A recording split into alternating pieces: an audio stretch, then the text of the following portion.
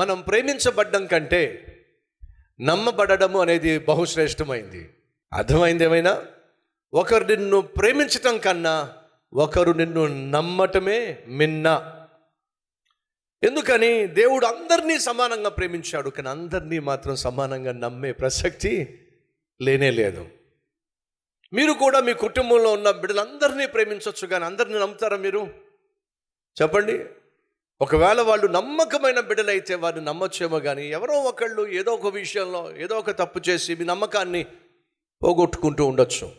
నెహెమ్యాకున్న గొప్పతనం ఏమిటంటే అతడు బహు నమ్మకస్తుడు. ఉద్యోగం చేసే చోట మీ పై అధికారి మిమ్మల్ని చూసి నువ్వు చాలా నమ్మకస్తుడివి. ఉద్యోగం చేసే చోట మీ పై అధికారి నిన్ను గూర్చి పక్క వాళ్ళతో మాట్లాడుతూ అతడు చాలా నమ్మకస్తుడు. సేవ చేసే చోట నిన్ను చూసి సేవకుడు ఇతడు చాలా నమ్మకస్తుడు, బహు నమ్మకమైనటువంటి సేవకుడు అని చెప్పగలగడం అనేది వినో.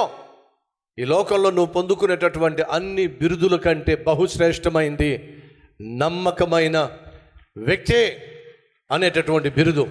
ఈ విషయాన్ని మర్చిపోకండి.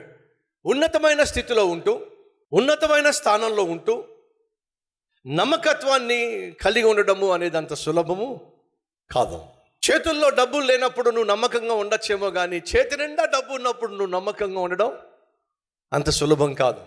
చేతుల్లో డబ్బు లేనప్పుడు ఎటువంటి పాపిష్టి అలవాటుకు తావు ఇవ్వకుండా ఉండొచ్చేమో, కానీ చేతి నిండా డబ్బు ఉన్నప్పుడు ఎటువంటి పాపిష్టి అలవాటుకు తావు ఇవ్వకుండా ఉండడం అనేది అంత సులభము కాదు.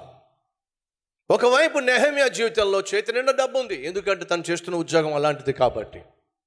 ఉన్నతమైన స్థానంలో ఉన్నాడు కాబట్టి తాను ఎటువంటి అక్రమానికైనా తాను జొరబడొచ్చు, ఎటువంటి అక్రమమైనా చేయొచ్చు, ఎందుకంటే రాజుగారి ప్రక్కనే ఉంటాడు కాబట్టి తన మాట ఎంతో కొంత చెల్లుబాటు అవుతుంది. కాబట్టి తాను ఒకవేళ తాను కలిగి ఉన్నటువంటి స్థానాన్ని, స్థితిని, స్థాయిని ఆధారం చేసుకొని ఏ అడ్డమైన పనైనా చేయొచ్చు. కానీ నెహెమ్యా అలాంటి వాడు కానే కాదు. నీ జీవితంలో నువ్వు ఉన్నత స్థితికి వెళుతున్నప్పుడు, నువ్వు వెళ్ళినటువంటి స్థితి కావచ్చు, స్థానం కావచ్చు, స్థాయి కావచ్చు, అక్రమము చేయడానికి, అన్యాయం చేయడానికి అనుకూలమైనటువంటి వాతావరణాన్ని ఒకవేళ కల్పించినప్పటికీ కూడా అన్యాయానికి, అక్రమానికి నువ్వు తావివ్వకుండా నీతిగా, నిజాయితీగా జీవించటమే నమ్మకమైన జీవితానికి నిదర్శనము. మరి నీ సంగతి ఏమిటి? ఒక్కసారి ఆలోచించు. ఉన్నతమైన స్థితికి వెళ్ళాడు, బహు నమ్మకమైనటువంటి వ్యక్తిగా నిలబడ్డాడు. తన బంధువులు వచ్చి తన ప్రజల గురించి మాట్లాడుతున్నప్పుడు, యూదుల గురించి సమాచారాన్ని ఇచ్చినప్పుడు నెహెమ్యా అనేటటువంటి బహు నమ్మకమైనటువంటి ఆత్మీయుడు బహుగా నలిగిపోయాడండి. మనస్సులో బహుగా తల్లడిల్లిపోయాడండి. తన వాళ్ళు అనుకున్నటువంటి వారికి కష్టం వచ్చినప్పుడు, నా వాళ్ళు అనుకున్న వారికి శ్రమ వచ్చినప్పుడు, నా వాళ్ళు అనుకున్న వారికి ఇరుకు ఇబ్బంది వచ్చినప్పుడు నెహెమ్యా నాకెందుకో అనుకునే వ్యక్తి మాత్రం కానే కాదు. ఈరోజు ఇక్కడ కూర్చున్న ప్రతి ఒక్కరికి ఎంతో కొంత నా వాళ్ళు అనేటటువంటి వాళ్ళు ఖచ్చితంగా ఉంటారు.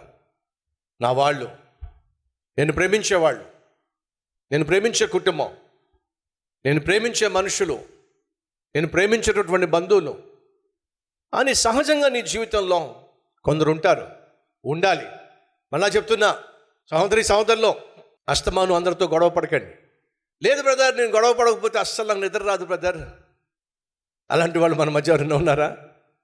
అది మంచి తత్వము కాదు, మంచి వ్యక్తిత్వము కాదు. గొడవ పడకండి. జీవితంలో ఒక సత్యం తెలుసుకోండి. కొంతమంది అస్తమాను గొడవ పడుతూ ఉంటారు. భార్యతో గొడవ పడతారు, భర్తతో గొడవ పడతారు, బంధువులతో గొడవ పడతారు, బిడ్డలతో గొడవ పడతారు, అయిన వాళ్ళతో గొడవ పడతారు, కాని వాళ్ళతో గొడవ పడతారు, ఉద్యోగం చేసే చోట గొడవ పడతారు, పనిచేస్తున్న చోట గొడవ పడతారు, చదువుకుంటున్న చోట గొడవ పడతారు, ఏదైనా ఫంక్షన్కి వెళ్తే గొడవ పడతారు. వాళ్ళ నైజమే గొడవ పడేటటువంటి నైజం. అటువంటి తత్వం కానీ నీలో ఉన్నట్లయితే వినో. నువ్వు పోయినాడు నిన్ను మోసుకెళ్ళాలంటే ఎంతమంది కావాలి? నలుగురు కావాలి. కాబట్టి పెద్దలు అంటారు, నీ జీవితంలో కనీసం నలుగురితో నన్ను గొడవ పడకుండా ఉండవు. ఎందుకంటే రేపొద్దున్న ఎత్తాల్సి వచ్చినప్పుడు ఆ నలుగురే నీకు దిక్కు అవుతారు. కాబట్టి నలుగురితో గొడవ పడద్దు. నలుగురు 4 దిక్కులకు సూచన అంటే అర్థం ఏమిటి? కుడివైపు ఉన్న వాళ్ళతో గొడవ పడద్దు, ఎడం వైపు ఉన్న వాళ్ళతో గొడవ పడద్దు, ముందున్న వాళ్ళతో గొడవ పడద్దు, వెనకున్న వాళ్ళతో గొడవ పడద్దు. నువ్వు ఎక్కడ నివసిస్తున్నా సరే నలుగురితో ఎలా ఉండాలి? సమాధానంగా జీవించు, సంతోషంగా జీవించు. పోయినాడు 10 మంది ఏడుస్తారో, నలుగురు కలిసి నిన్ను మోసుకెళ్ళడానికి పోటీ పడతారు. అలాంటి జీవితం జీవించు. నెహెమ్యా, నా వాళ్ళు అనుకున్న వాళ్ళు కష్టంలో ఉన్నప్పుడు ఎంత నలిగిపోయాడో తెలుసా, మానసికంగాను ఆత్మీయంగాను. తన ప్రజలు అనుకున్న వాళ్ళు, వాళ్ళ పరిస్థితులు బాగోలేనప్పుడు, వాళ్ళ ప్రాంతం బాగోలేనప్పుడు నెహెమ్యా చేసింది ఏడో తెలుసా అండి? అంత ఉన్నతమైనటువంటి స్థితిలో, మళ్ళా చెప్తున్నా, నెహెమ్యా కలిగి ఉన్న స్థితి బహు ఉన్నతమైంది. రాజు బహుగా నమ్మేటటువంటి వ్యక్తి నెహెమ్యా.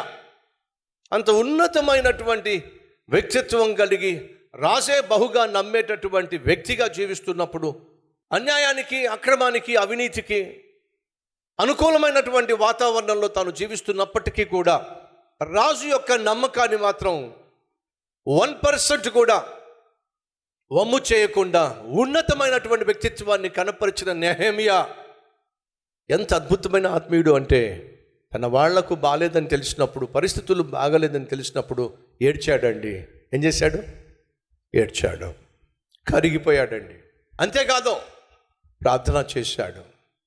అంతేకాదు వాళ్ళ కోసం ఉపవాసం ఉండి మరీ ప్రార్థన చేశాడు. అడుగుతున్నా, నీ కోసం నువ్వు ఉపవాసం ఉండడమే కష్టం. ఇక నీ కుటుంబంలో నీ భార్య రక్షించబడకపోయినా, నీ భర్త రక్షించబడకపోయినా, నీ బిడ్డలు రక్షించబడకపోయినా, కనీసం నువ్వు ప్రార్థన చేయలేకపోతున్నావు. ఇక ఉపవాసం ఉన్నప్పుడు ప్రార్థన చేస్తావు. ఒకసారి ఆలోచించు. తోబుట్టువులు కాదండి, కానీ తాను నమ్మిన దేవుణ్ణి నమ్మేటటువంటి వాళ్ళు నా ప్రజలు, నా వాళ్ళు. సహోదరి సహోదరుడా, నువ్వు నేను నమ్మేటటువంటి వాళ్ళు ఎవరో చెప్పండి? మన సహోదరులు సహోదరులు, నిత్యము కలిసి ఒకే ఇంట్లో ఒకరోజు ఉండబోతున్న దేవుని బిడ్డలు అనేటటువంటి వాస్తవాన్ని మర్చిపోకండి.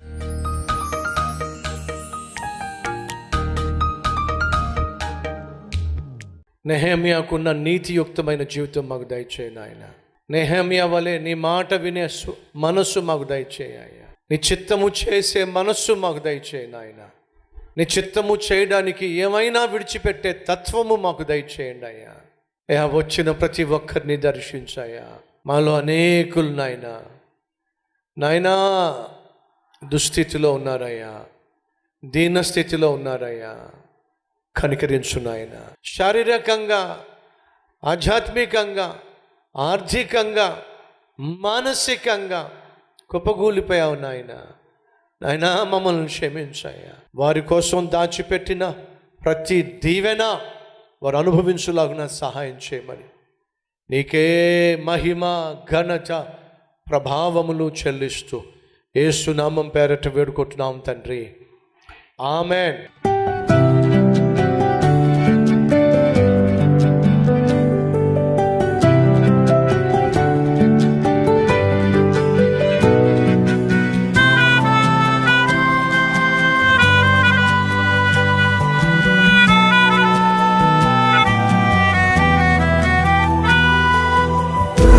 డైలీ డివోషన్ మీకు ఆశీర్వాదకరంగా ఉంటే 10 మందికి షేర్ చేయండి, లైక్ చేయండి, ఒక కామెంట్ పెట్టండి.